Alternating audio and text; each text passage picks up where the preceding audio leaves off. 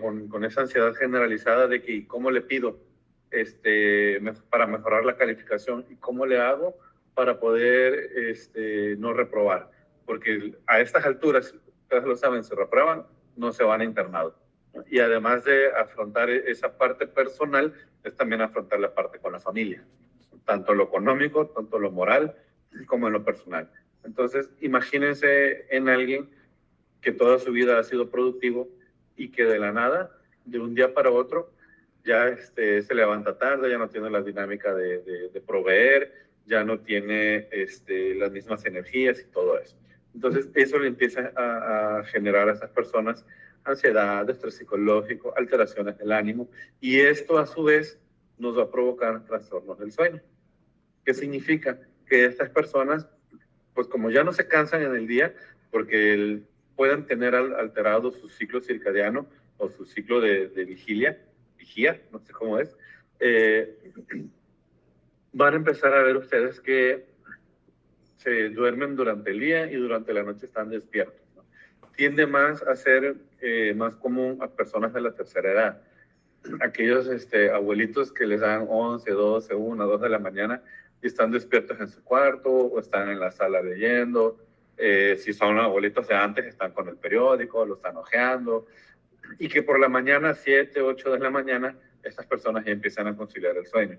Entonces, ese trastorno del sueño, evidentemente a la larga, lo que les va a provocar es esto, una fatiga crónica. Y esta fatiga crónica va a ir aumentando todavía que tenga más alteraciones del ánimo, porque nuevamente van a ser personas que no se sienten productivas, que van a tener diferentes estilos de vida. Normalmente alguien de la clase media, que somos quizás el 90% de la clase trabajadora, al final del ciclo laboral y que ya pasó nuestra etapa de ser económicamente activos y que empezamos a depender de alguien más para podernos mantener, pues evidentemente nos causa un poco de impotencia. Nosotros lo veíamos en clasificación del dolor en la parte de la evaluación geriátrica, donde estos abuelos presentan pues depresión asociada a la disminución del status quo y también asociado a la calidad de vida que están presentando, disminución hacia la adaptabilidad biológica que van a tener. Entonces, todos estos 8 rubros que ustedes encuentran acá, alteración cognitiva, sufrimiento, alteraciones del ánimo, de estrés y deterioro, nos van a llevar a esta parte de acá, al dolor. Aquí hay una parte importante también que no he tocado, que es esta de acá, la disfunción sexual. ¿Okay? En los matrimonios hay 2 principales razones por las cuales se separan o por las cuales se termina una sociedad conyugal. La primera es lo económico, la segunda es lo sexual. Y ustedes van a decir, pero doctor, ¿y las infidelidades? ¿La infidelidad por qué se lleva a cabo? Pues muchas veces no encuentran o no buscan, mejor dicho, en casa lo que deberían y lo van por otro lado. Tanto hombres como mujeres. Que los hombres seamos más cínicos es diferente, ¿no? Más sinvergüenzas, dice una amiga. Las mujeres son más discretas, ¿no? Pero también no cantan mal las rancheras.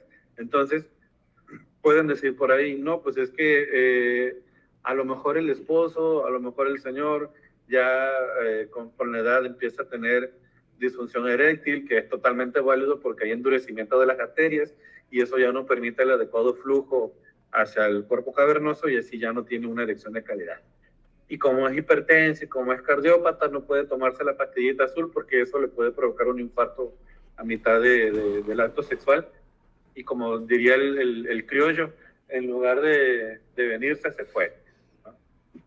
Entonces, ¿qué sucede? Como ya existe esa disfunción sexual, ya existe frustración. Y si existe frustración por parte de la pareja, existe también esta parte, el sufrimiento. Y no es un sufrimiento de que se den golpes en el pecho, no es un sufrimiento de que se la pasen llorando, sino es un sufrimiento que vive la pareja en silencio, que no lo comparte con alguien más y que en el momento que la pareja decide hablar normalmente ya es tarde.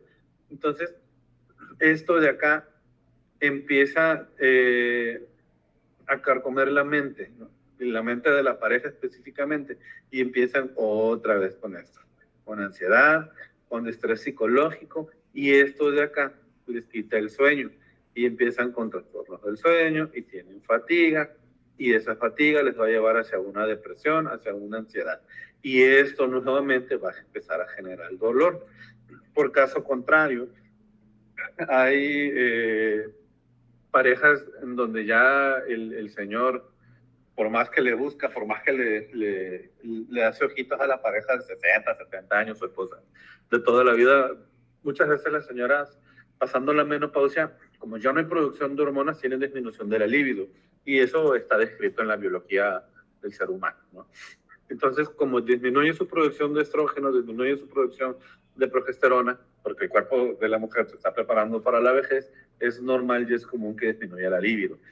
Cuando el hombre pretende tener algo más con su esposa, con su pareja, y no lo encuentra, pues la parte de la disfunción sexual se está viendo también por parte de la mujer. Entonces es donde inicia nuevamente la infidelidad por una o por otra parte.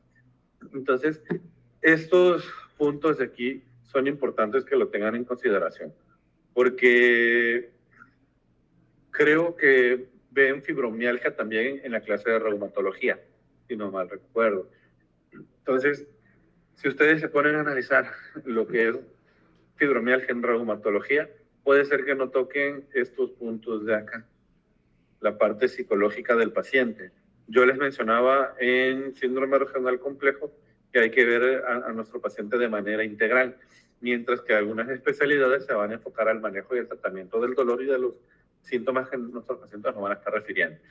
Y no es el caso, porque obviamente a esto le podemos dar manejo, quitar el dolor de tajo, pero nuestro paciente va a seguir con esta parte de acá. Va a tener su sufrimiento, va a seguir con alteraciones del ánimo, va a seguir con distrés psicológico, y de nada sirve que quitemos dolor si no va a ser una persona funcional.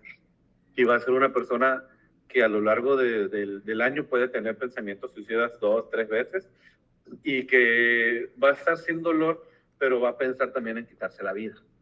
Y el reumatólogo va a decir, pues yo le dejé, ¿cómo se llama esto? Esteroides para manejar ese dolor. Y el algólogo va a decir, pues yo le dejé opioides, yo le dejé benzodiazepinas, yo le dejé antiepilépticos, y dolor no tenía. Sí, y es verdad. Pero parte de lo que causa el dolor en fibromialgia, pues es todo esto que vemos acá. Y la parte psicológica en estos pacientes es demasiado importante, porque además, en el momento que ustedes empiecen tratamiento con sus pacientes, se van a encontrar con algo que se llama red de apoyo. Y esa red de apoyo es extremadamente valiosa y extremadamente importante.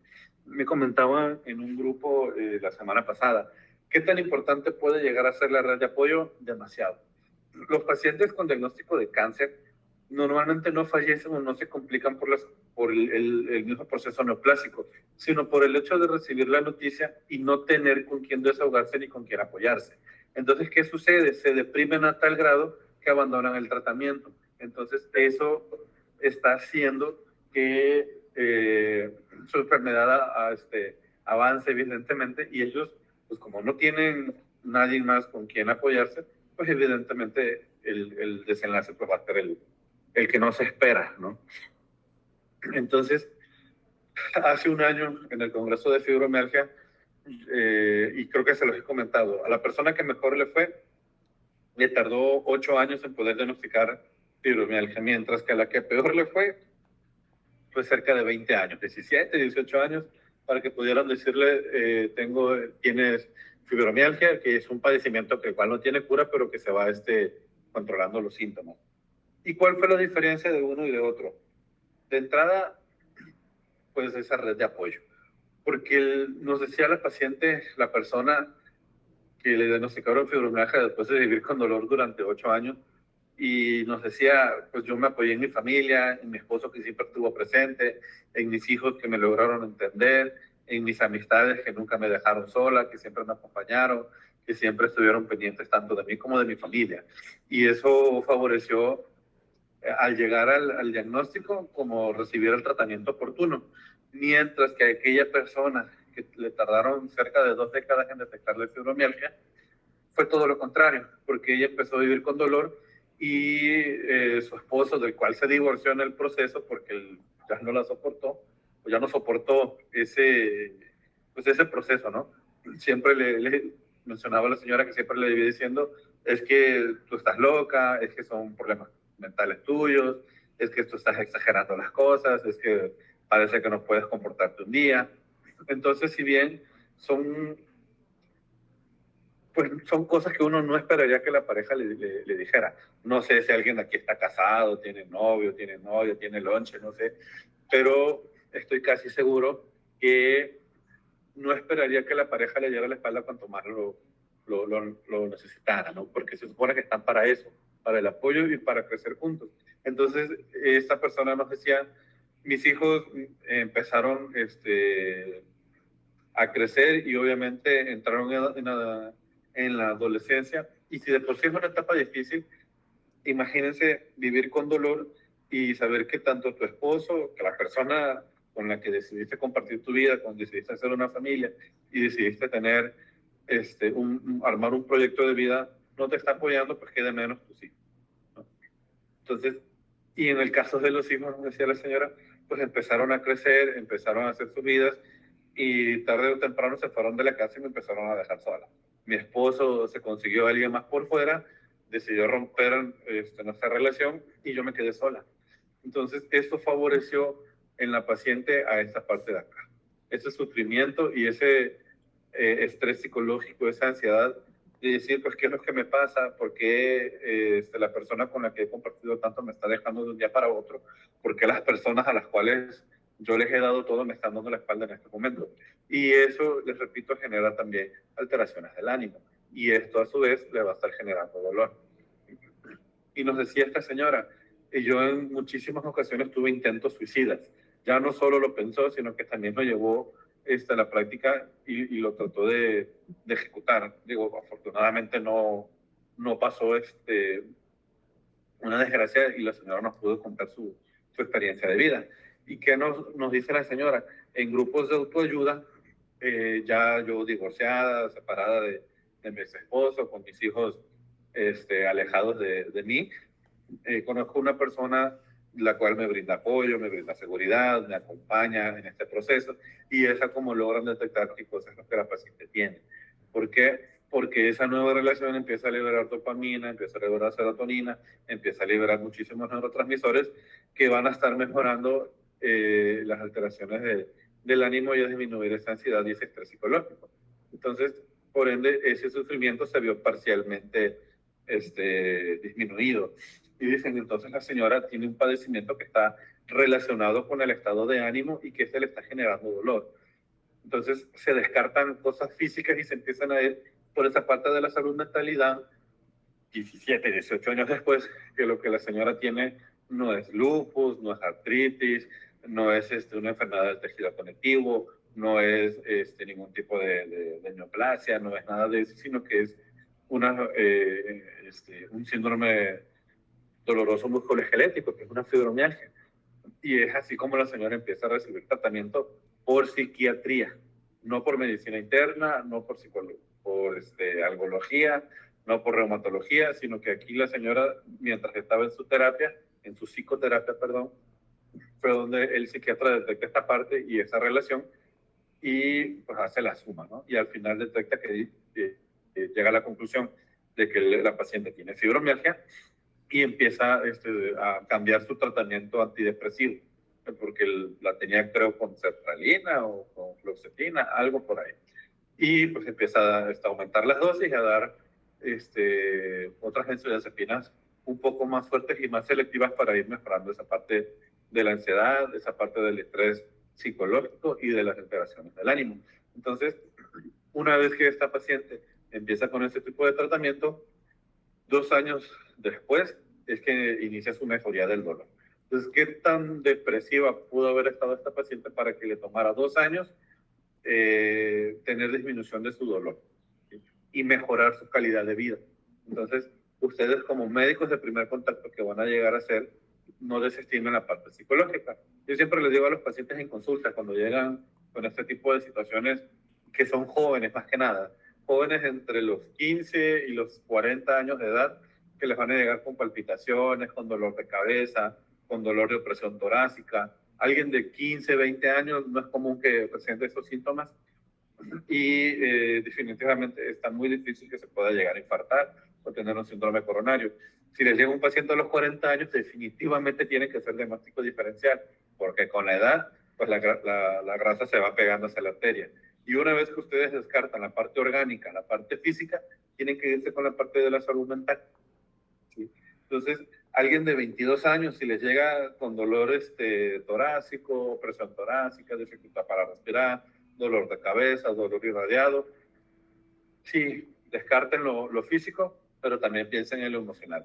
Y mientras ustedes hacen la entrevista con la paciente, pregunten estados de ánimo, peleas con algún familiar, peleas con algún con la pareja, problemas en el trabajo, problemas financieros, y traten de hacerlo esa entrevista uno a uno, que significa que no esté el familiar presente, porque a veces lo que carcome al paciente es eso, que no puede hablar ni desahogarse porque está el familiar ahí con ellos. Entonces, están teniendo esta parte de acá en silencio y que evidentemente no pueden expresarse de la mejor manera y eso les está ocasionando dolor. ¿Okay? Dicen por ahí que no hay peor sufrimiento o no hay peor dolor del que tú no puedes expresarte ni del que tú puedes hablar. Entonces traten de hacer esa entrevista con esos pacientes uno a uno, platicarlo a solas, platicarle que les cuente esa parte económica, esa parte laboral, esa parte personal, para que ustedes logren identificar si hay un componente psicológico o psiquiátrico que deban atender, porque tarde o temprano van a generar pensamientos suicidas y va a ser más difícil todavía que ustedes puedan recuperar a esos pacientes. ¿De acuerdo? Si en algún momento de la clase me dejan de escuchar, es que me quedé sin luz. Está lloviendo acá en mi país. ¿Okay? Bueno, dudas con esta parte de las áreas involucradas. David. Bueno, de hecho, doctor, por ejemplo, en lo que es la disfunción sexual, hablando específicamente sobre, en el caso de la mujer, pues sí, como ya lo mencionó, pues sucede toda esta cascada de desregulación y la bajada de estas hormonas, neurotransmisores, como ocurre, pues obviamente en la vejez. Entonces, pues vaya, que estas mujeres pues tienen esta disfunción sexual primeramente porque, por ejemplo, bueno, me va a tocar una exposición con mis compañeros sobre la sexualidad en el adulto mayor y en el libro pues menciona pues que en este caso las mujeres sufren más disfunción sexual que los hombres. ¿Por qué? Porque, por ejemplo, un hombre hasta la edad de 50 70 años todavía tiene algún impulso, por decirlo así, una pulsión, lo menciona el libro, sexual. Y de cierta manera las mujeres, pues con todo esto de la menopausia, posmenopausia, pues obviamente ya no refieren esta pulsión sexual igual que en el varón. Sin embargo, menciona el libro, pues que es un tema más que nada sobre comunicación, pues entre la pareja y aunado a esto la falta, por decirlo así, de educación entre parejas, esa mala educación de, por ejemplo, de que un médico, que le platiquen a un médico, ¿sabe qué, doctor? Es que fíjese que esto y el otro, ¿no? Refiriéndonos a la parte sexual. Entonces, esta falta de educación de poder decirle, no, ¿sabe qué? Sí hay un posible tratamiento, le podemos dar reemplazo hormonal, lubricación, etcétera, ¿no? Pero como menciona usted, esto sería en individuos sanos, porque, por ejemplo, en individuos que tienen comorbilidades asociadas, como algo de hipertensión arterial, diabetes mellitus, que es lo que se encuentra normalmente acá en Latinoamérica, pues sí es un tema un poco más delicado. Sí, totalmente de acuerdo. Desgraciadamente para Latinoamérica existe todavía esa parte tabú de hablar sobre sexualidad en diferentes grupos de edad, porque yo no sé si ustedes a los 12, a los 15, a los 16 años, mamá, papá, se sentaron y les hablaron plenamente y abiertamente de sexualidad, de decirles que el pene, la masturbación, lo que es un orgasmo, lo que es tocar a alguien, lo que es una relación heterosexual, una relación homosexual y todo ese tipo de cosas. Incluso personas con orientaciones sexuales diferentes, todavía en pleno siglo XXI, la mayoría lo piensa para poder expresárselo a sus familiares, a sus papás sobre todo, pues porque dicen, voy a vivir esa parte del rechazo. Entonces, tiene que ver con la educación que se ha llevado desde antes, desde tus papás, tus abuelos, tus bisabuelos, saber qué tan tradicionales son, ¿no? Y no es un tema de tener mente abierta o de decir son progresistas o algo así, pero pues con el tiempo, evidentemente hay temas que se tienen que empezar a tocar con los hijos y hay temas que no se pueden pasar por alto. Entonces, en ese sentido, si les llega un abuelo, una abuela y ven que tiene esta parte de acá de la disfunción sexual, sépanse que antes de llegar a la consulta, seguramente lo criticaron durante muchísimas semanas, porque les repito, no es tan fácil, y menos cuando el varón siempre se ha creído el todas mías y que llegue y que le dice, doctor, es que pues yo ya no tengo erecciones o ya no soy como antes porque pues tengo también disminución de mi deseo sexual y mi esposa lo ha manifestado de esta manera y me ha dicho esto, porque no es nada más cosa de las mujeres. También en el hombre la machopausia pega después de los 60, 70 años, pero sí llega, ¿no? Entonces sí es importante que biológicamente sepan a qué edad los géneros empiezan a tener disminución de la libido. Mientras que en los varones es un poco más tardío, para las mujeres es más o menos entre los 50, 60 años, pasando la parte de la menopausia. E incluso se van a encontrar con mujeres jóvenes, 40 años, 45 años, que han decidido, se separaron y decidieron no volver a casarse ni tener pareja, y que eso les ha llevado también a esa parte de vivir pues no su duelo, sino su separación, con sufrimiento y con estrés psicológico. En el hombre, pues desgraciadamente es diferente. ¿Por qué? Porque en consulta, por ejemplo, me he encontrado señoras de 70 años que tienen antígeno prostático súper elevado y que se les ha dado tratamiento y que se les ha dado seguimiento por años, se les ha solicitado estudios y que no tienen un crecimiento tumoral, que no tienen enfermedades neoplásicas, pero el antígeno prostático sigue estando elevado. Entonces, ¿qué he visto que hacen algunos urólogos? Pues a veces lo más, eh, lo menos ortodoxo, ¿no? Les recomiendan, pues, ¿sabe qué, señor? Pues yo les sugiero tener vida sexual y lo vamos a revalorar. ¿Y qué creen que pasa? Pues esa próstata está congestionada, tiene antígeno prostático elevado, tienen relaciones sexuales 2, 3 días, se toman nuevo antígeno prostático a la semana y sale normal, sale negativo. ¿Qué sucede? Pues biológicamente el hombre sigue siendo lo que menciona el compañero, ¿no? Sigue teniendo esa parte de que puede biológicamente seguir reproduciendo, pero que por cuestiones de la vida y por cuestiones de la sociedad, pues no ha tenido esa descarga emocional, vamos a llamarlo de esa manera. Y por ende, es que luego empiezan con ese tipo de manifestaciones físicas, ¿no? Entonces, esta parte de la biología y de la salud mental, pues va muy de la mano. Tienen que hacerse la idea de que no todos los abuelitos van a llegar con una salud mental sana, ni tampoco las personas jóvenes. La fibromialgia se puede presentar en cualquier momento o en cualquier grupo etario.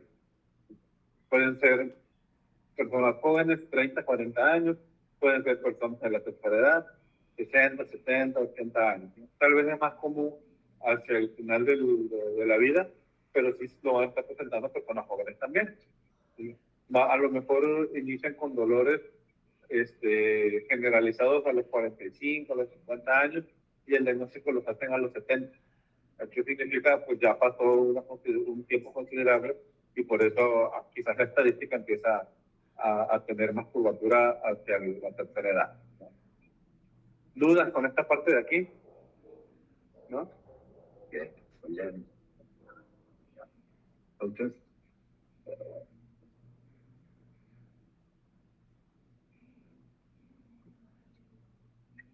¿qué cosas vamos a encontrar dentro de la fisiopatología? Ese desbalance neuroquímico. Va a haber implicaciones con los neurotransmisores. Dentro de los más comunes, serotonina, norepinefrina y dopamina. ¿De quién se encargan estos tres neurotransmisores? ¿Alguien sabe?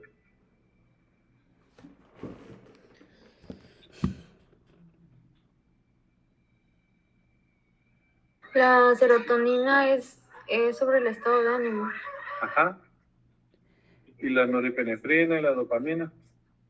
También ayudan en el estado de ánimo, pero la noradrenalina, pues, más que nada es de ¿cómo se dice?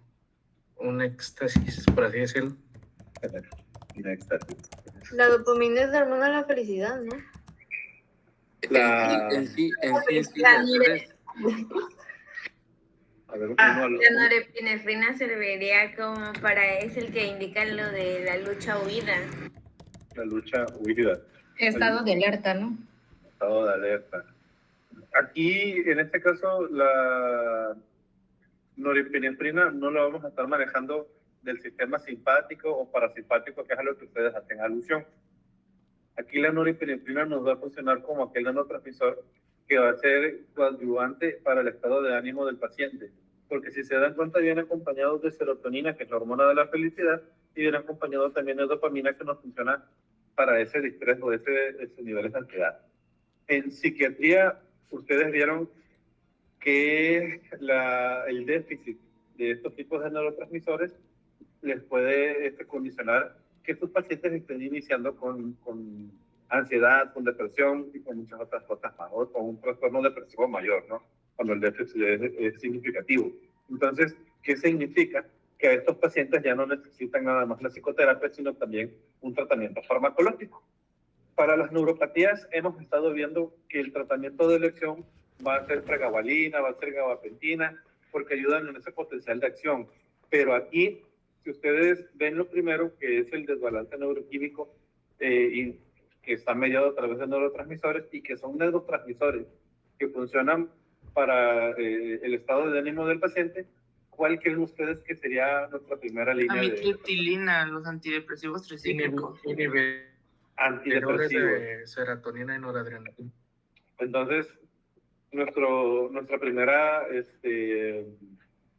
línea de tratamiento ya no sería pregabalina, ya no sería gabapentina, sino aquí funcionarían perfectamente bien los antidepresivos. Julio. Y los inhibidores de recaptura de serotonina y norado, como la broxetina, son antidepresivos. Entonces, entrarían dentro de nuestra primera línea de tratamiento farmacológico. ¿Sí? Muy claro esto, porque hay tratamiento de primera línea o lo que es de primera instancia, y tenemos tratamiento farmacológico de primera elección.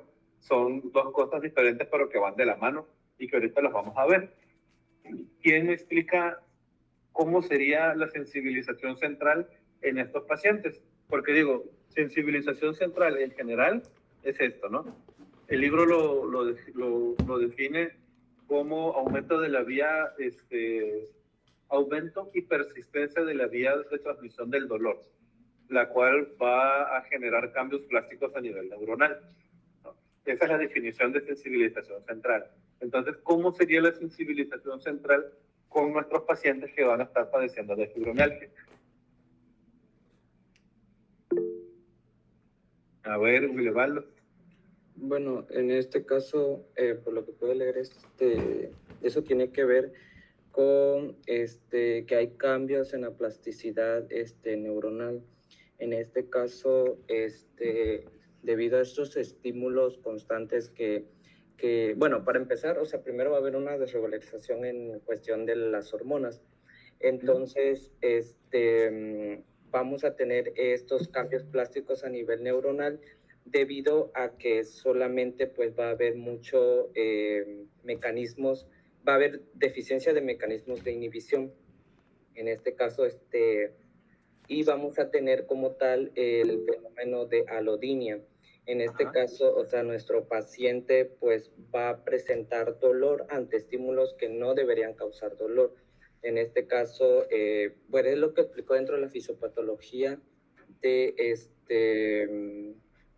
la fisiopatología de neuropatía, ¿sí, no? Y pues en este caso, o sea, el paciente presenta alodinia, que en este caso, o sea, puede ser hasta por ponerse, por ejemplo, o sea, una playera o el roce, en este caso, o sea, cuando te ponen la mano, o sea, cualquier cosita le va a empezar a provocar dolor. Entonces, eso pues nos haría hincapié a una sensibilización central. Ok. Edson. Sí, es que, bueno, sí, a grandes rasgos fue lo que mencionó Uyovaldo. Pero en este caso sabemos que, como mencionó usted, va a haber una hiperexcitabilidad neuronal, ¿no? Entonces amplificando esas señales de dolor, provocando lo que mencionó, la alodinia, o en este caso, una Hiperalgesia. hiperalgesia, eso.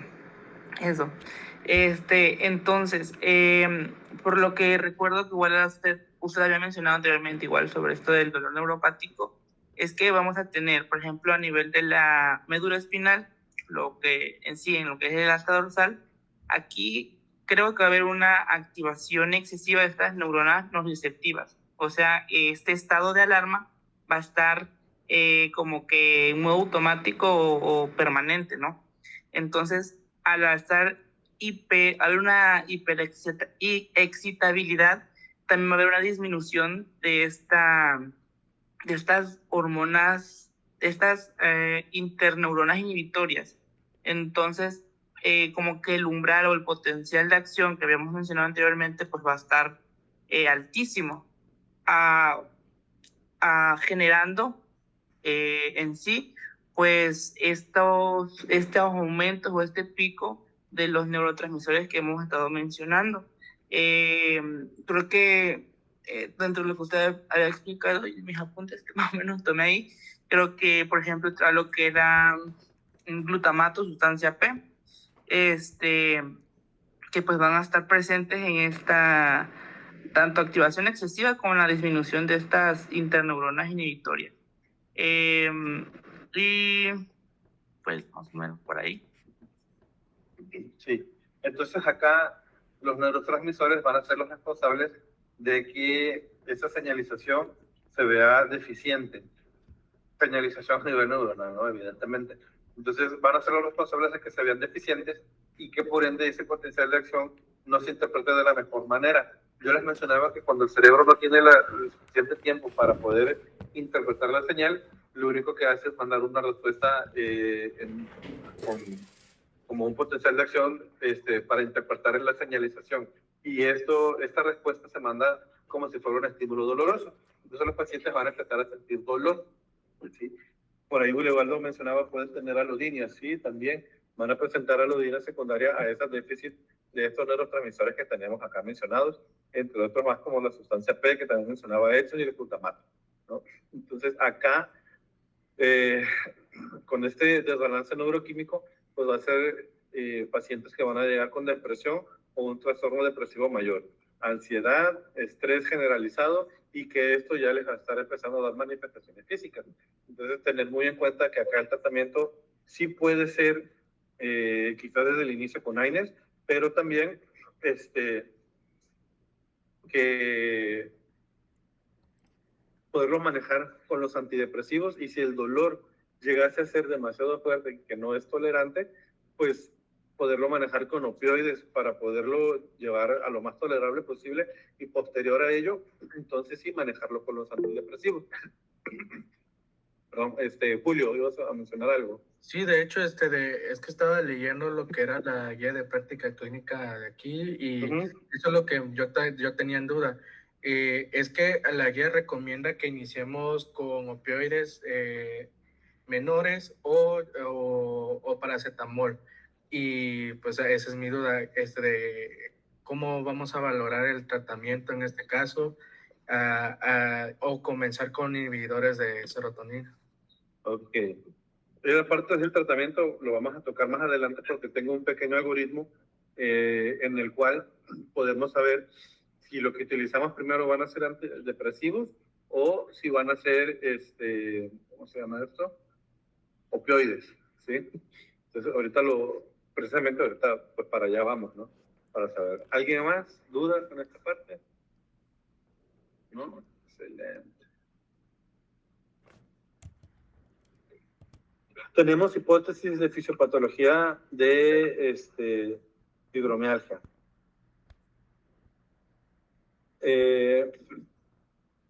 Más que nada, de entrada tenemos lo que es la predisposición genética. Y aquí tenemos tres grandes vertientes.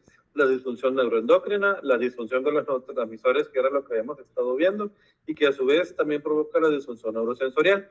Entonces, ¿quién me explica cada uno de estas disfunciones que nuestros pacientes van a estar presentando? A ver, Julio. Bueno, tengo entendido que en la parte neuroendocrina es por un motivo de una disfunción entre el eje hipotálamo hipofisario y adrenal. Por lo tanto, lo que pasa en la glándula renal, hay una liberación excesiva de cortisol. Eso es lo que recuerdo. Y esta liberación excesiva de cortisol va a mandar los estímulos, obviamente, a nivel hipotálamo hipofisario y va a regresar como una especie de feedback. Por lo tanto, va a haber un aumento de este mismo estrés y ya se vuelve así como un círculo vicioso de estar liberando este mismo nivel de cortisol, si mal no estoy. Ajá. Se van a encontrar pacientes y personas que van a vivir estresados todo el tiempo. Entonces,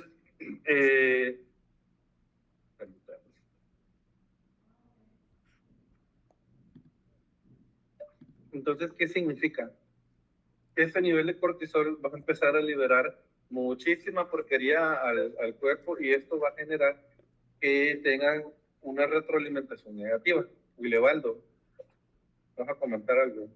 Sí, de hecho es relacionado a eso, o sea, igual, o sea, bueno, se supone de que pues sí, o sea, como dijo mi compañero, o sea, hay como tal una afectación pues en este eje y pues obviamente vamos a tener esta alteración en la producción de cortisol. De hecho también, bueno, en este caso el cortisol, o sea, por lo que leí, pues es lo que está relacionado también con la inflamación y pues con el dolor, o sea, con la sensibilidad del dolor. Y en este caso también hay afectación en cuestión de la producción de melatonina. De acuerdo a un artículo que leí, hay menor producción de melatonina en la noche que en condiciones normales debería, pues obviamente, haber mayor producción. Esto para, pues obviamente, entrar a nuestro ciclo de sueño y todo.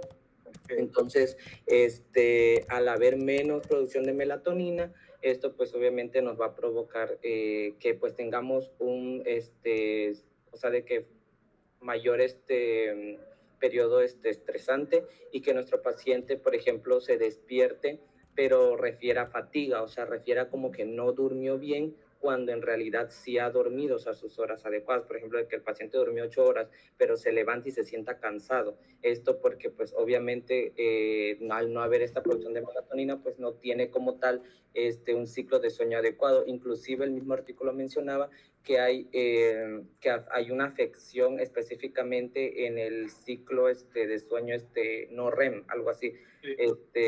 Mencionaba, y pues sí, o sea, es eso más que nada. Aquí es lo que Wilevaldo menciona, que es el clásico dormir, pero no descansé, ¿no? Precisamente por esta disminución en la producción de melatonina, que dicho está de paso, de por sí se ve disminuida conforme va avanzando la edad de las personas. Aurora. Bueno, y en la parte de disfunción de neurotransmisores, aquí traía lo que ya se ha venido hablando, lo de que hay unos que están aumentados y otros disminuidos. Aumentados, como ya mencionábamos, el glutamato y la sustancia P, que pues estos hacen de que hay una hiperexcitabilidad en lo que son esas neuronas que les van a transmitir y que el paciente sienta mucho dolor. Es lo que ya mencionaba mi compañero, de que al menos roce, ponerse la ropa, etc., se causa dolor. Y disminuidos, pues los que ya habíamos hablado, lo que la dopamina, noradrenalina, serotonina. y que estos son los que van a contrarrestar lo que la parte excitable del glutamato y esto, y como no funcionan estos, pues obviamente siente más dolor porque no hay una contraparte de. Muy bien. ¿Alguien más? A ver, esto. Sí, Aurora, dijiste ahorita de neurotransmisores o los neurosensoriales, que no me perdí. Neurosensorial. Neurotransmisor. Ok, bueno, hablando de la disfunción neurosensorial, pues va de lo que igual usted ahorita había mencionado o preguntado, pues, sobre el procesamiento central del dolor, ya que aquí vamos a tener una alteración de este procesamiento central del dolor, o sea, una sensibilización central, aunado a todo lo que ya hemos estado diciendo, tanto en lo endocrino y en lo de los neurotransmisores, pues obviamente se va a exacerbar o a haber más excitabilidad.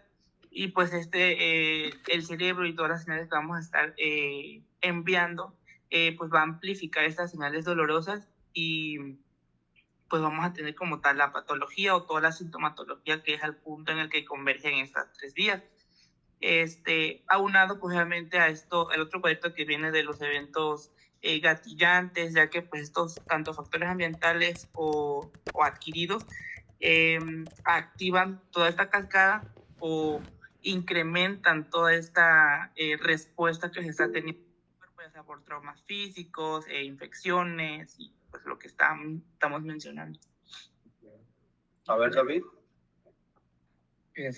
Bueno, sí, como pues todo lo que mencionaron los compañeros, ya esto pues nos da al final de cuentas los síntomas clínicos, ¿no? Que es el dolor, la hiperalgesia y el tender points.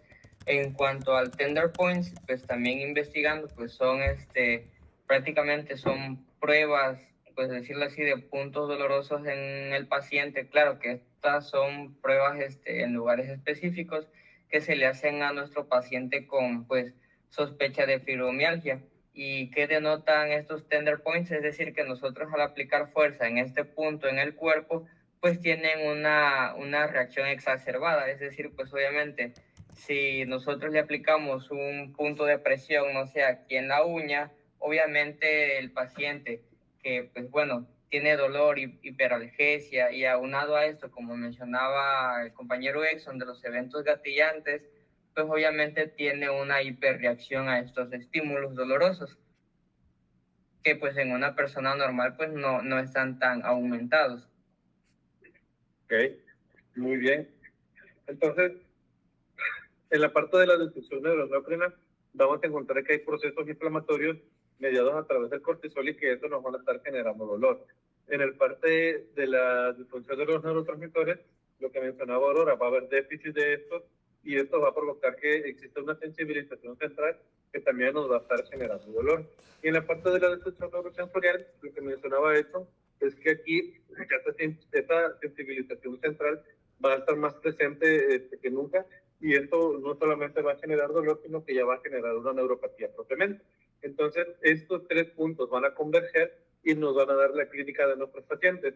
El síntoma pilar pues va a ser esto, ¿no? El dolor, ¿okay? Que ya pues va a ser como hiperalgesia o va a ser como alodinia, dependiendo cómo nos manifiesta nuestro paciente, y que nosotros tenemos que explorar intencionadamente estos de acá, los tender points, que es lo que mencionaba David. Estos síntomas clásicos de nuestro paciente van a estar mediados a través de estos eventos gatillantes. Aquí los ejemplos pueden ser traumas físicos, infecciosos, y los últimos 3, que es trauma emocional, estrés persistente y trastornos del sueño, hacen referencia a esta parte de la salud mental de nuestro paciente. Entonces, nótese que no es exclusivo de las enfermedades físicas, y como lo infeccioso o como los traumas, sino que aquí también nos mencionan ya la parte de la salud mental. Entonces, nuestro paciente puede ser una persona que no haya estado estresado con altos niveles de cortisol, pero que haya recibido quizás un ascenso en su trabajo, que obviamente viene acompañado de beneficios económicos, sí, pero también de más responsabilidades. Entonces, esas responsabilidades extras que ha adquirido pueden empezar a generar el estrés en nuestros pacientes. Yo les puedo decir que en la consulta, por semana, tenemos 4 o 5 personas que llegan con demasiado estrés, que ya llegan hipertensos, que llegan cansados, que no pueden conciliar el sueño, porque hay esta parte de la disminución de la melatonina que mencionaba Willibaldo, me parece. Entonces, si ustedes aún no maquilan qué cosa es la melatonina, es la hormona del sueño, que se secreta a través de la glándula pineal. Sin embargo, la glándula pineal se calcifica pasada la adolescencia. Dicho esto, ustedes van a ver que los recién nacidos duermen mucho, mientras que los abuelitos duermen poco. Y se debe a ese déficit de melatonina en la glándula pineal. Entonces, si les llega un paciente relativamente joven, de 40 años, 30 años, y que les dice que sí dormí, pero no descansé, pues tienen que pensar en estas alteraciones del sueño de manera bioquímica y también de manera psicológica, para que puedan ustedes dejarle tratamiento y no ofrecerle nada más alprazolam para poder conciliar el sueño en estos pacientes como único tratamiento. Incluso se consideraría la melatonina como un inductor de sueño y sería tratamiento de primera elección para que estos pacientes puedan descansar evidentemente. ¿Okay? ¿Dudas con esta parte de acá? ¿No? Excelente. Sí, pues bueno, aquí tenemos lo que habían estado mencionando, ¿no? Tenemos factores desencadenantes, como son alteraciones del sueño, los trastornos psicológicos. No sé si me escuchan, porque está lloviendo demasiado y yo no me alcanzo a escuchar. Sí, como que se le baja el volumen. Como que se le baja, pero sí se escucha. Es que está lloviendo demasiado, entonces yo con trabajo me escucho. Pero bueno, tenemos estos factores desencadenantes, como son lo que ya vimos anteriormente, ¿no? Las disfunciones neuroendocrinas, las disfunciones neurosensoriales y las disfunciones de los neurotransmisores que van a ocasionar alteraciones del sueño, trastornos psicológicos. Esto a su vez va a dar paso a toda la gama, a todo el catálogo de signos y síntomas que nuestros pacientes van a estar refiriendo, como el dolor, la fatiga, la depresión o el trastorno depresivo mayor. Dentro del dolor, pues tenemos que clasificarlo como una hiperalgesia, como rigidez muscular o como tender point, ¿no? O puntos de presión. Entonces, estos tender points lo van a estar ustedes viendo o leyendo a lo largo de todo lo que es fibromialgia. Entonces, acá vamos a tener estímulos no receptivos y actividad simpática. Aquí sí, ya vamos a empezar a hablar de esta parte de la actividad simpática que va a estar mediados por ese síntoma ya de los neurotransmisores. ¿Okay? Entonces, ese estímulo nociceptivo lo vamos a estar mediando a través de esta parte de la disfunción neuroendocrina. Lo que mencionaba Leobaldo, me parece. Como hay exceso de secreción del cortisol, hay un proceso inflamatorio. Entonces, ¿qué significa? Que si nosotros recordamos la clasificación del dolor, nos vamos a encontrar con la parte de que cuando hay un proceso inflamatorio, pues va a estar mediado a través de receptores nociceptivos. ¿Y cuál es el tratamiento en caso de que haya dolor nociceptivo? AINE. ¿Okay? Paracetamol, naproxeno, diclofenac, ibuprofeno, meloxicam, lopetrofeno, celecoxib, toricoxib, parecoxib. Todos los AINES habidos por haber. Entonces, podríamos decir que de inicio, uno de los tratamientos que podemos manejar con los pacientes debe ser los AINES. Si no tenemos datos o un diagnóstico previo, por ejemplo, de acá, de depresión. ¿Okay? Entonces, todo esto de acá va a estar interpretado en el asta posterior con el asta dorsal. ¿Qué significa? Que de la vía periférica a la vía central se va a llevar a cabo esta señalización, que es esto que está aquí, que va a estar mediado por neurotransmisores, que son estos que están acá, los que ya habíamos mencionado y que decían por ahí, como son la serotonina, las endorfinas, la sustancia P. Sin embargo, ya no va a haber una respuesta favorable. ¿Por qué? Porque va a haber alteraciones de las vías inhibitorias descendentes. Dicho de otra forma, la corteza cerebral va a recibir la información, pero no va a tener manera de poder dar una respuesta.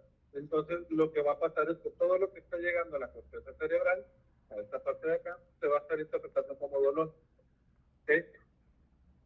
Y entonces aquí nosotros podemos agregar a nuestro tratamiento con AINES, por estos estímulos nociceptivos, también algunos opioides, como tramadol, como codeína. ¿Existen cosas más fuertes? También, por supuesto que sí. Y las farmacéuticas no son tontas. Por eso existe que ketorolaco con tramadol, paracetamol con tramadol, indometacina con tramadol, porque quitan perfectamente el dolor y trabajan justamente en esta fisiopatología que yo les estoy mencionando, porque están cubriendo dolor nociceptivo y están cubriendo dolor neuropático. Entonces, si ustedes dan estos tipos de tratamientos de AINE combinado con un opioide, fisiopatológicamente hablando, van a estar cubriendo estas dos partes, ¿okay? Tanto lo nociceptivo como lo neuropático. Y es evidente que su paciente va a tener disminución del dolor. ¿Dudan con esto?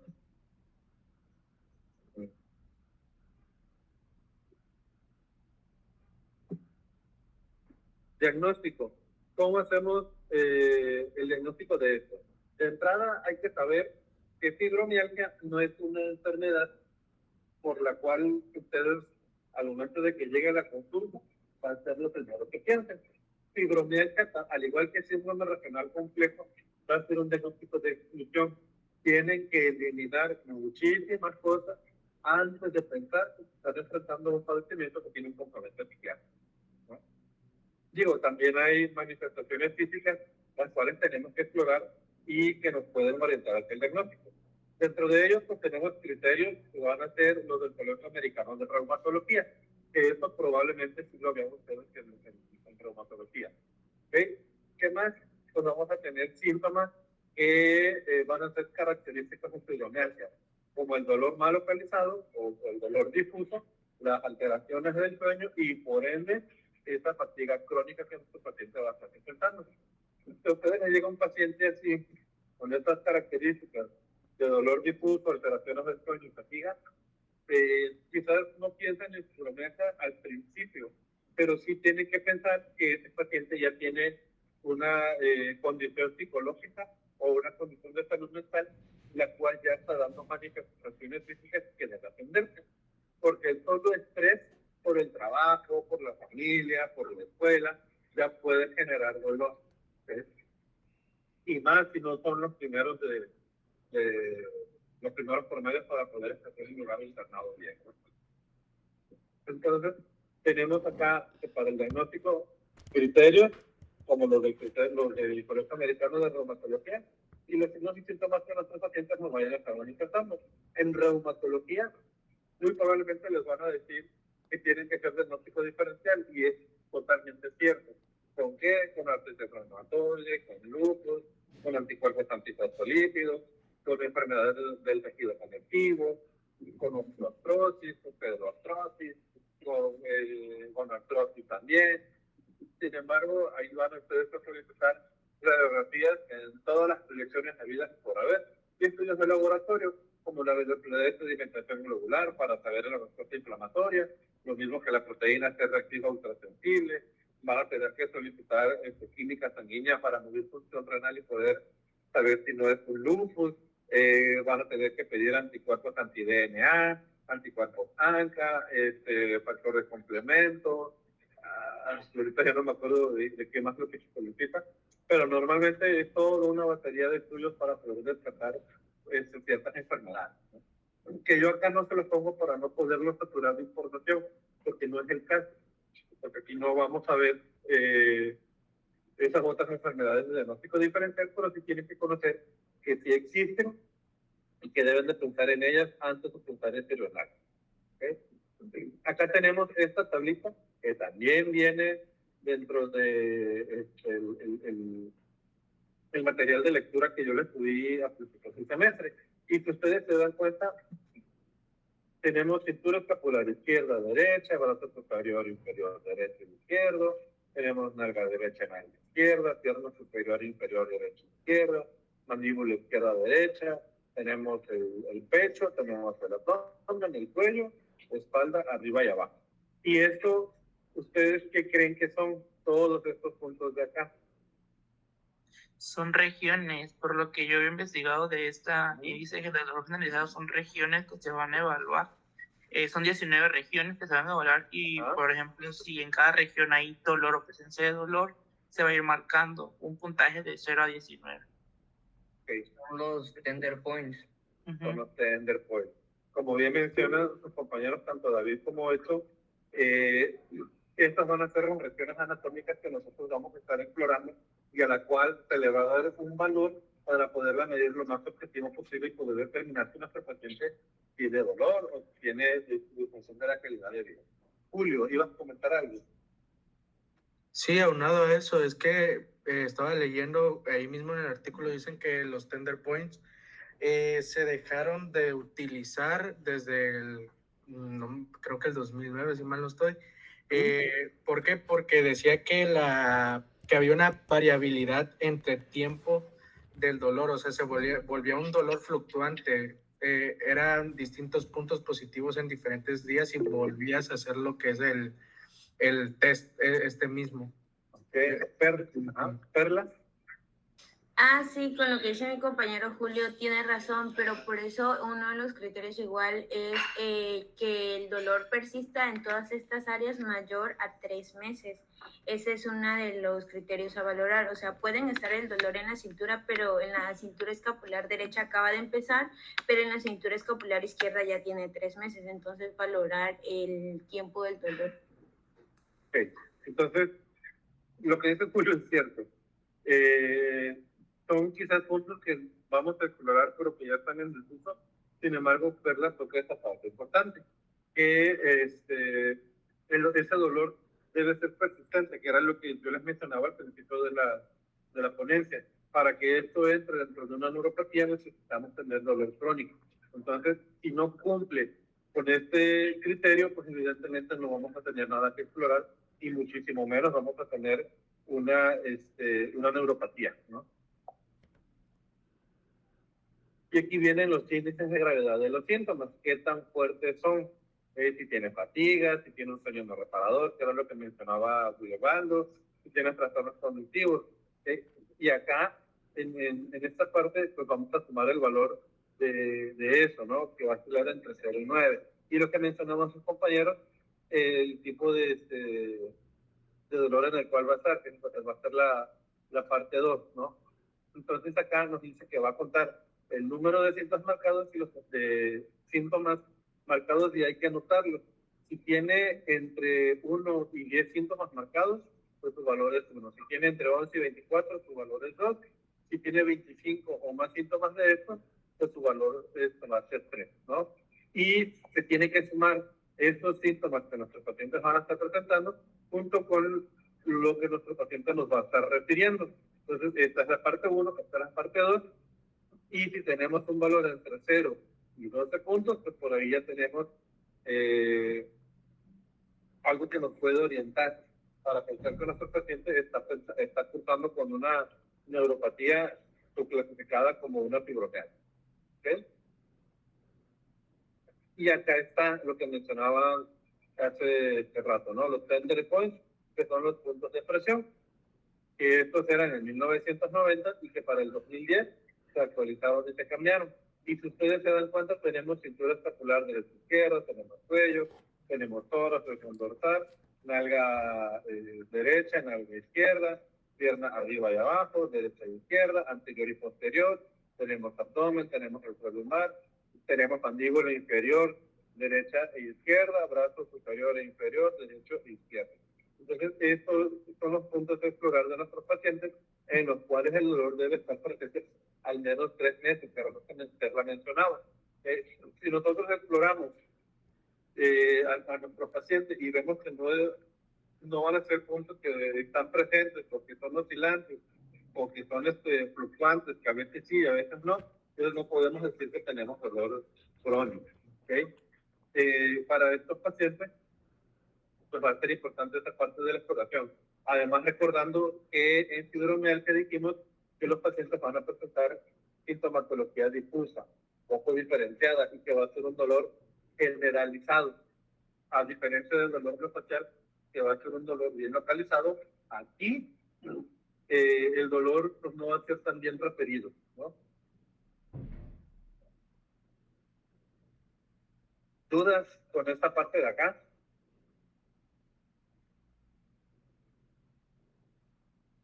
¿No? No, doctor. No, doctor. Entonces nos vamos con la parte del tratamiento, que era lo que David, parece no, que Julio me preguntaba hace un momento. ¿Qué es lo que vamos a hacer?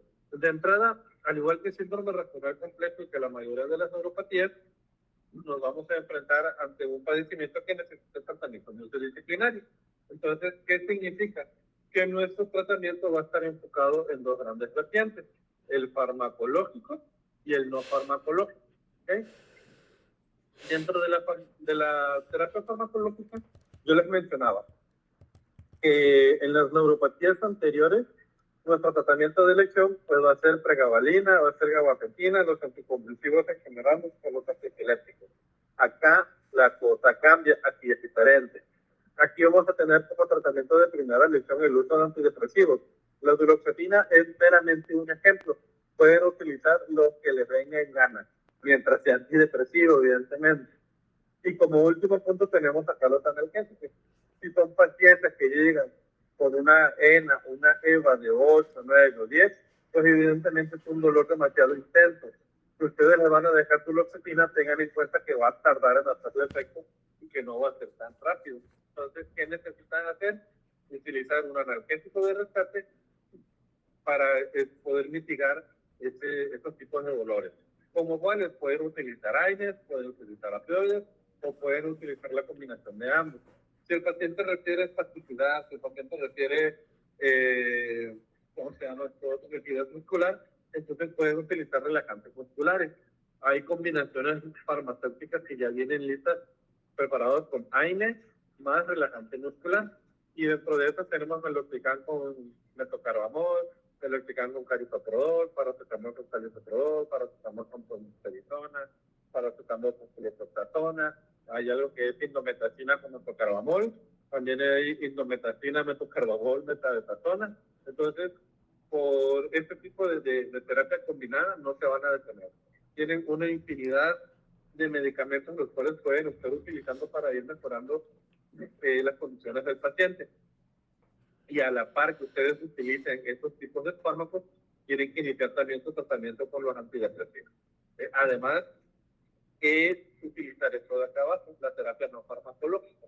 ¿Por qué? Porque esta terapia farmacológica, si ustedes recuerdan, nuestros pacientes tienen una condición psicológica o una condición psiquiátrica, la cual se debe de atender. Personalmente les puedo decir que pueden manejar el dolor, mandarlo con salud mental a psicoterapia y que psicología sea quien decida si merita o no la valoración por psiquiatría. ¿Por qué? Porque con psicología van a llevar esta parte de la terapia cognitivo-conductual y del ejercicio físico moderado, porque les ayuda también con ciertas actividades, porque luego los mandan a hacer yoga, a hacer tratamiento, digo, ejercicio aeróbico, pilates. Entonces, estos tipos de actividades físicas cuentan como ejercicio aeróbico y moderado. Entonces, cuando esto ya no da tantos resultados, salud mental, la psicología, es quien decide poder hacer la referencia con psiquiatría para poder iniciar ya su tratamiento farmacológico. Existen psiquiatras que ven esta parte también de la psicoterapia y está bien. Si tienen algún médico especialista en psiquiatría que maneje la psicoterapia, pueden referir a sus pacientes y se van a ver beneficiados por estas dos partes, tanto lo psicoterapéutico como lo farmacológico. Y entonces aquí ustedes están dando tratamiento no farmacológico, tratamiento farmacológico. Y van a ver que al cabo de 2, 3 meses, estos pacientes regresan con otro semblante e incluso les van a decir que sí siguen presentando dolor, pero que ya no es igual que antes, ya no es 8, 9 días de la EVA, y ya empiezan a referirse a su dolor como un 4, 5, 6, que ya es mejor tolerable y que les permita realizar las actividades diarias de todos los días, ¿no? Entonces, esta parte de acá, pues sí es importante que ustedes la sepan y que ustedes la manejen. El tratamiento no farmacológico y el tratamiento farmacológico. ¿Dudas con esta parte de acá? A ver, ¿quién levantó la mano por ahí? Yo, doctor, Ajá. yo, por ejemplo, tengo una duda más enfocada, por ejemplo, al paciente. Por ejemplo, doctor, pues bueno, como dice la frase, pues el paciente se va a ayudar de tal manera en que él pues siga obviamente el tratamiento, ¿no? cómo nosotros podemos afrontar el reto de un paciente que, por ejemplo, nos llega a la consulta y digamos la mejor de las situaciones, pues ya está diagnosticado con fibromialgia, pero es un paciente, pues no, por decirlo así, no conciso, ¿no? Sino que pues un rato sí el tratamiento, otro rato no el tratamiento, que no va a las citas con su psiquiatra, no viene a las citas programadas con nosotros, ¿cómo nosotros podemos manejar este tipo de situación con este tipo de pacientes? Porque bueno, yo me imagino que, por ejemplo, para un médico, o bueno, yo creo que pues ya a ese nivel, pues ya el médico no lo sentirá tanto como, ay, qué frustrante, ¿no? Mi paciente no me hace caso, pero ¿cómo podemos manejar nosotros ese tipo de paciente que luego llega a la consulta y dice, no, doctor, es que no me funcionó eso, ay, es que aquel doctor no hace bien sus tratamientos? Ok, aquí es mucha educación para la salud. Es preguntarle al paciente por qué no ha ido, el motivo por el cual ha faltado a las citas, al seguimiento, y muchas veces es porque los pacientes no se sienten cómodos con ciertos tipos de médicos, ¿no? Conozco personas que, por ejemplo, me han dicho que efectivamente tienen dolor, viven con ansiedad y con depresión, que acuden con un médico de cierto género, masculino o femenino, y que a veces no se sienten tan cómodos. O sea, al momento de explicarles, a lo mejor el médico no es tan apapachador o no tiene esa parte de ser tan paternalista, sino que marca perfectamente bien la línea, y eso no les gusta. Entonces, ¿qué significa? Que si lo que el paciente les refiere es que dejaron la cita porque el psiquiatra, el psicólogo no les da confianza, entonces decirle, pues sabe que no lo deje. En vez de abandonarlo de tajo, porque no intenta con una persona diferente dentro de la misma especialidad. Y el 70% de las veces funciona. Al momento de cambiar de doctor, pero que estás en la misma especialidad, los pacientes empiezan a tener esa confianza y empiezan a mejorar, ¿no? Ahora, si le dices, es que falté por el tiempo, por el trabajo, porque se me olvidó, porque a tu cita la bolsaron, pues se van a enfrentar todavía a un obstáculo más grande, porque significa que este paciente puede ser que lo que les está comentando es falta de responsabilidad de ellos, o la misma apatía generada por la misma depresión. Entonces, ¿cómo lo van a saber? Pues teniendo que tener una plática profunda con sus pacientes para poder determinar cuál es la causa de que hayan abandonado o que hayan truncado su tratamiento. Y no son consultas tan fáciles ni son consultas tan cortas. Normalmente son consultas bastante complejas y las cuales, como yo les mencionaba, les va a absorber la vida.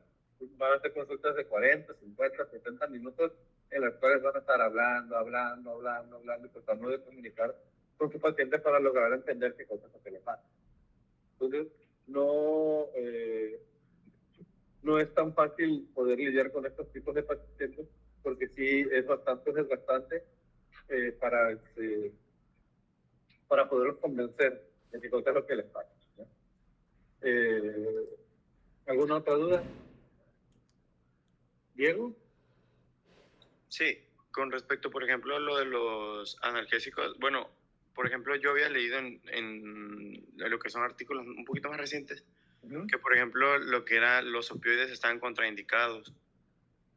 El único opioide que, por así decirlo, que podía ser de mayor elección era el tramadol, y eso era que tenía menos evidencia con respecto a los demás. Que, por ejemplo, con respecto al dolor, ya sea cefalea, trastornos del sueño, pues, ¿cuáles son los otros? Depresión y ansiedad, pues se mandaba principalmente lo que era una terapia dual, que era duloxetlina con... Ay, aquí lo que tenía anotado.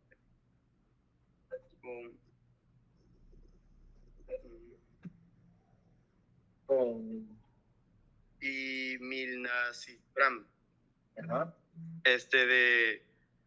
Con respecto a eso, porque sí me sacó un poquito raro que, por ejemplo, estos fármacos como lo son, pues los que había dicho, lo que eran los AINES, no tuvieran un efecto tanto en esta patología. La cuestión aquí es por qué no hay por qué principalmente no afecta, por qué principalmente no ayudan tanto estos con respecto a los demás. Ya sé que algunos actúan en lo que es el sistema nervioso central principalmente, pero por ejemplo, ¿por qué opioides más fuertes no ayudan? Porque en el caso de los opioides más fuertes, no van a actuar a nivel de esos neurotransmisores. Entonces, y si te das cuenta, yo les mencioné tramadol, codeína, que son opioides más débiles, más lábiles, y que vienen combinados con AINES. Incluso aquí viene en la diapositiva, es el último eslabón del tratamiento, los analgésicos. Precisamente por eso, porque si van a tener efectividad, pues es una efectividad limitada, y es en caso de tratamiento de rescate, no es de primera línea. Entonces, cuando yo me enfrento a pacientes con depresión y que han estado ya largo tiempo sin recibir tratamiento, que no están con psicoterapia, yo tengo al menos 2 fármacos que utilizo de primera elección y los voy escalonando. El primero es la sertralina y lo manejo en dosis iniciales de 50 miligramos al día, y ahora sí que dependiendo el sapo va a ser la pedrada. ¿Qué tan bien o qué tan mal veo a mi paciente? La sertralina va a ayudar a disminuir esa parte de la alteración cognitiva y le va a ir al paciente a esclarecer las ideas.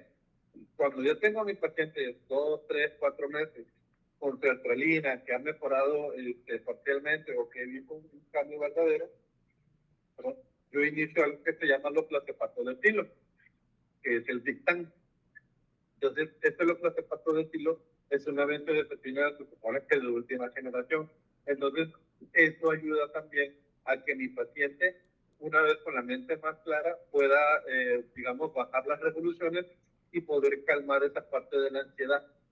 Entonces, este tratamiento dual, acompañado de la psicoterapia, a largo plazo, evidentemente, ayuda a disminuir los niveles de ansiedad, a mejorar la depresión de nuestros pacientes, y también, en el caso del dolor, lo va a ayudar a disminuir. Entonces, yo por eso mencionaba, el tratamiento de primera elección van a ser los antidepresivos.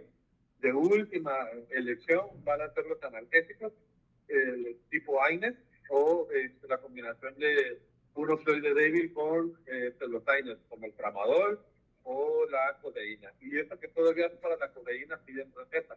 Entonces, como que muy débil no es.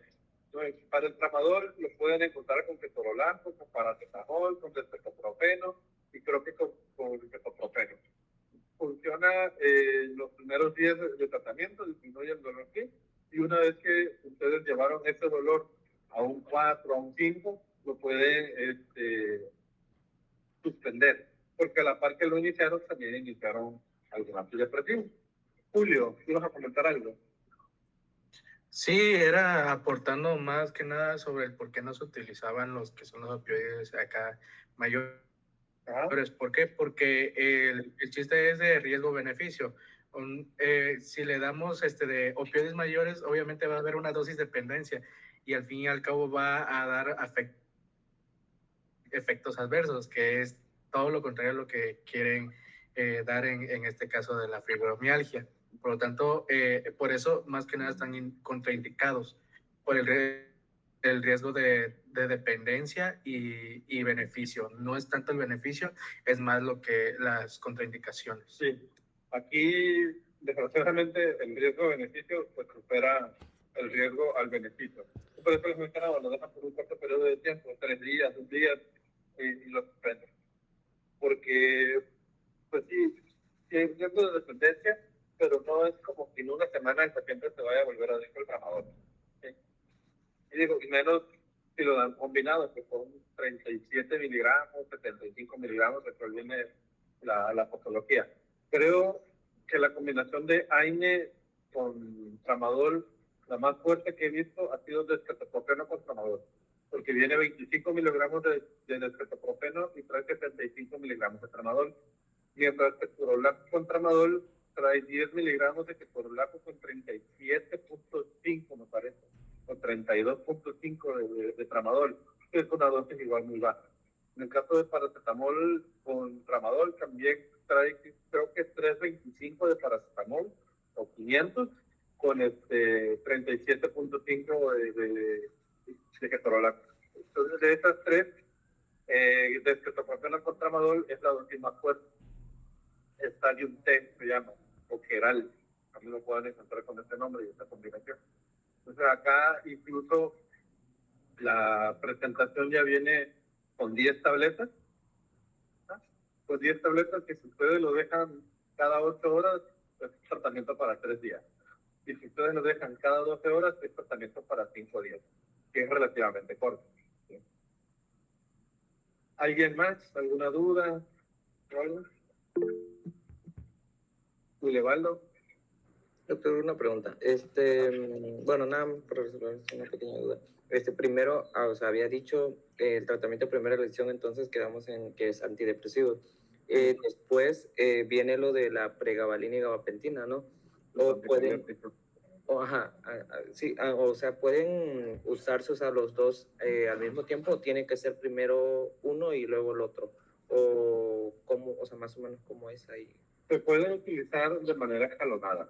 O sea, tú dejas tus antidepresivos y puedes dejar un opioide débil. Dejas el opioide débil 3 días, ves que tu paciente mejora del dolor y que se quede con la sertralina, con la fluoxetina, con lo que sea que tú le hayas dado. Al cabo de un mes, si este paciente tú ves que no mejora del dolor, puedes iniciar pregabalina o puedes iniciar gabapentina. Aquí va a depender mucho de la clínica de tu paciente. Si es un dolor demasiado intenso, pues inicia su antidepresivo con su pregabalina. Al mismo tiempo, y créeme, no pasa nada, el paciente no se va a intoxicar, no va a tener depresión respiratoria, no se va a volver adicto. Y incluso puedes dejar hasta tramadol de rescate, el Tramacet, que es tramadol en monoterapia, que creo que viene de 100 miligramos la tableta. 100 miligramos ya es una dosis un poquito más fuerte y que, pues, por supuesto que le va a quitar el dolor, pero eso es de rescate. No es que lo vas a dejar para que el paciente se chochee a cada ratito. ¿Sí? ¿Alguna otra duda? ¿No? Bueno. Entonces, siguiendo con la parte del tratamiento.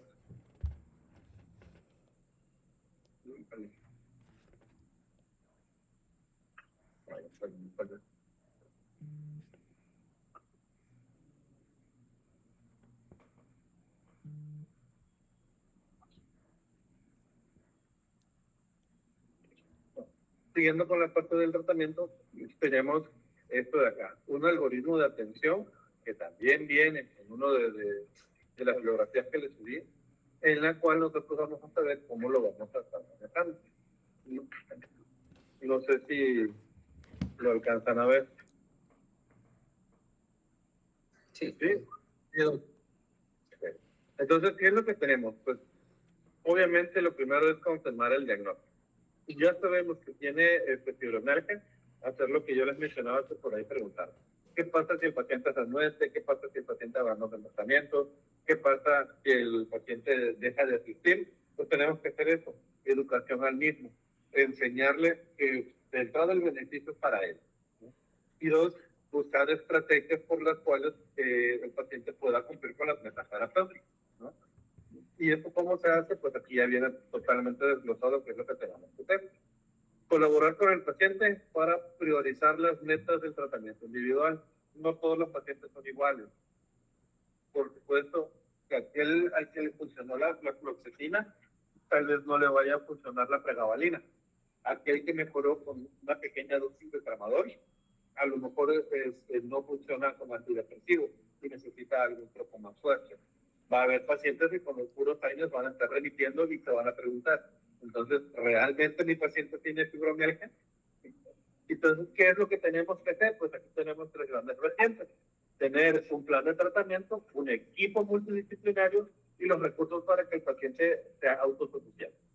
En el plan de tratamiento nos vamos a basar en las medidas farmacológicas, las medidas no farmacológicas y evidentemente el tratamiento de las comorbilidades.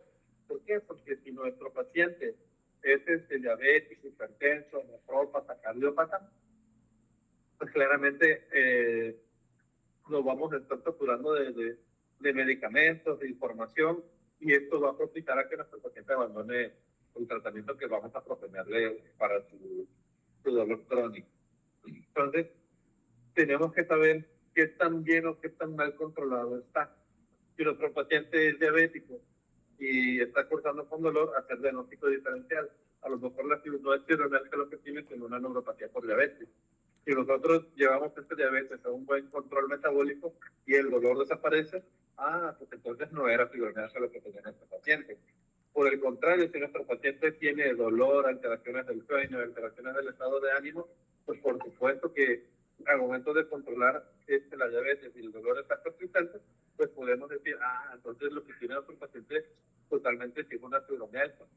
Claro, ya descartamos todo lo demás, ¿no?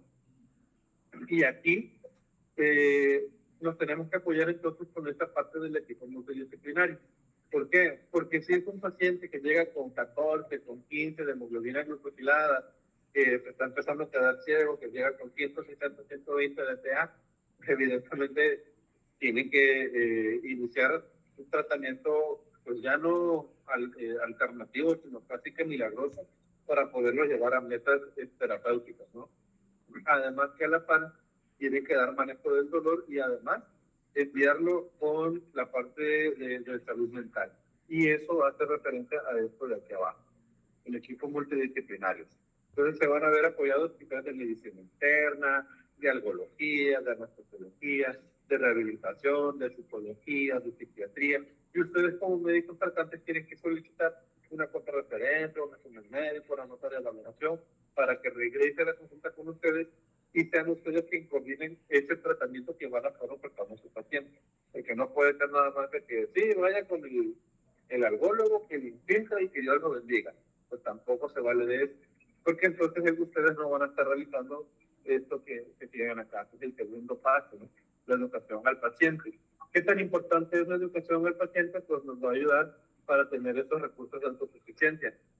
Mientras más educado y más consciente sea su paciente, va a responder mejor al tratamiento y además va a saber qué hacer en caso de exacerbaciones o en casos de eventos desencadenantes o eventos fatigantes. Porque si ya tiene su valoración con psicología, recibe psicoterapia y empieza a identificar su sintomatología en la crisis de ansiedad, pues va a saber que existen ejercicios de relajación que le van a permitir saber manejar ese estrés y evitar que llegue a una crisis generalizada. A esto hace referencia a esta parte de los recursos para el automanejo, ¿verdad? Acá en el plan de tratamiento, pues vamos a mantener siempre el progreso en el tiempo. Esto es lineal, ¿no? Le vamos a dar a nuestro paciente 6 meses, 1 año quizás para el control de su enfermedad de base y también unos 6, 8 meses para el control de la depresión y además 4 o 5 semanas para el manejo del dolor o tal vez 2 o 3 días por la parte del dolor en agudo o la exacerbación. Entonces siempre vamos a estarnos fijándonos en esa parte y establecer ese tiempo como opcional. Porque decirle, pues en 6 meses vamos a lograr que el dolor disminuya, más no que se quite del todo. Va a ser manejable, significa que va a ser más tolerable, que va a poder realizar sus actividades. No garantizar que en 1 año va a estar sin dolor, porque cuando eso no suceda, el paciente le va a reclamar y le va a decir, pero si tú me dijiste, tú me aseguraste, tú me comentaste, tú mencionaste que esto es así, así, así, así. Entonces, ¿qué es lo que tienen que hacer? Fijarse una meta a largo plazo establecido con el paciente para poderle ofertar una opción terapéutica que a ambos les convenga. ¿Qué más nos dice acá? Que en las visitas de seguimiento vamos a evaluar el avance hacia esas metas, la actividad física que haya realizado, y mucha de esa actividad física va a estar indicada por el psicólogo. Les repito, algunos los mandan a hacer yoga, los mandan a hacer pilates, los mandan a hacer spinning, algún tipo de ejercicio que ayude para liberar ese estrés y que te evite también el impacto en las articulaciones para que vaya disminuyendo esa parte del dolor. ¿Okay? ¿Qué más nos tiene aquí? Uso de técnicas de autocuidado, que es lo que yo les mencionaba. Los pacientes que ya son de consulta habitual para salud mental, llámese psiquiatría o psicología, aprenden a reconocer sus síntomas y aprenden a saber cuándo están a punto de tener una crisis de ansiedad, un ataque de ansiedad o un ataque generalizado de ansiedad y pánico. Entonces ya ellos ya tienen herramientas para poder disminuir o poder evitar que lleguen hasta esa parte exacerbada. Y cuando eso no funciona, tienen medicamentos de rescate que les va a funcionar. ¿Sí? También esta parte de aquí es importantísima. El efecto de medicamentos y las reacciones adversas a los mismos, las RAM. ¿Por qué? Si ustedes empiezan a prescribir lo que yo utilizo, como los clozapam de etilo, que es una benzodiazepina, y el paciente les refiere, es que con eso me da sueño, pues totalmente tendrán que cambiar su esquema de tratamiento. Digo, si ustedes no lo dejaron, lo dejó psiquiatría, pues comentar la psiquiatría, sabe que doctor, el paciente está presentando muchos efectos secundarios o reacciones adversas a este tratamiento, por lo cual solicito que se pueda cambiar el tratamiento farmacológico, ¿no? Y ya el doctor decidirá si es candidato o no para poder cambiar. Que normalmente el uso de benzodiazepinas empiezan a dar efectos secundarios las primeras semanas, y una vez que se vuelve tolerable por el paciente, estos síntomas o estas reacciones adversas empiezan a disminuir. ¿Okay? Y lo último que yo ya les estaba mencionando, que son los ajustes de tratamiento.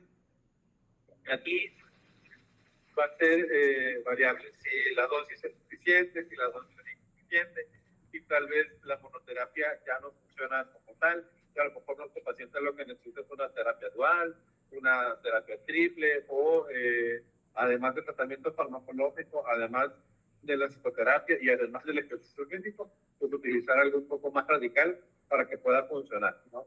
No se me ocurre algo tan radical ahorita, pero posiblemente al psiquiatra sí, ¿no? Por último, hacerle saber al paciente que esto es un proceso dinámico. ¿Okay? Si bien es lineal en el sentido de que tienen que fijarse metas a mediano y largo plazo, en el camino tienen que hacer ajustes, que es lo que mencionaba una cuadrícula antes. Si la sertralina ya no le funciona, si la pregabalina ya no le funciona, si cualquiera de los fármacos que hemos escogido no le funciona, pues hay que cambiarlo totalmente. A lo mejor el uso de, el estar realizando actividad física, que ya las mencioné, genera más dolor. ¿Qué significa? Pues que hay que cambiarle o totalmente contraindicar la actividad física. Van a encontrarse que la combinación de los hipoglucemiantes orales con ciertos antidepresivos va a estar contraindicada. Entonces tiene que aprenderse esta combinación de ese tratamiento o, en su defecto, ofertar insulina al paciente, que pues no va a tener tantas reacciones adversas con los antidepresivos, las benzodiazepinas, los antiepilépticos, todo eso. Entonces, sí es importante que puedan manejar esta parte de la farmacología, ¿verdad? ¿Dudas con este algoritmo de acá? ¿No? Bien. Bueno. Entonces lo vamos a dejar hasta ahí por hoy, para que la próxima sesión podamos ver dolor en el paciente. ¿De acuerdo? Tenemos clase el jueves.